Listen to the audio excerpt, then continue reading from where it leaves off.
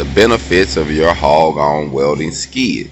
You can put all of your welding equipment on it, mount everything down from your generator to your welder to your reels, cutting reels, extension cords, welding lead reels, bottles, toolbox. Some of them I make them that comes without the toolbox setup. This one actually comes with a toolbox setup because this one is actually for a generator welder and not just a big welder itself. So you got a little more room to put the smaller toolbox and the generator, plus your bottles and reels. So it all depends on what you're doing with it, but you can kill several birds in one stone.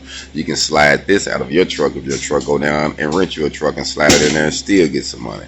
Or you can use your work truck and say, hey, you know, the day I need to be my personal truck, slide it out, clean it up, and go do some personal things. It all depends on what you're trying to do. But my goal with the welding skids is to be able to kill several birds in one stone, help the independent welder, the mobile welder, the field welder actually be able to utilize their trucks to get their hog on. So if you're interested in the welding skid and you just want to buy the prints to build your own, visit the website at www.hogonwelding.com. That's www.hogonwelding.com.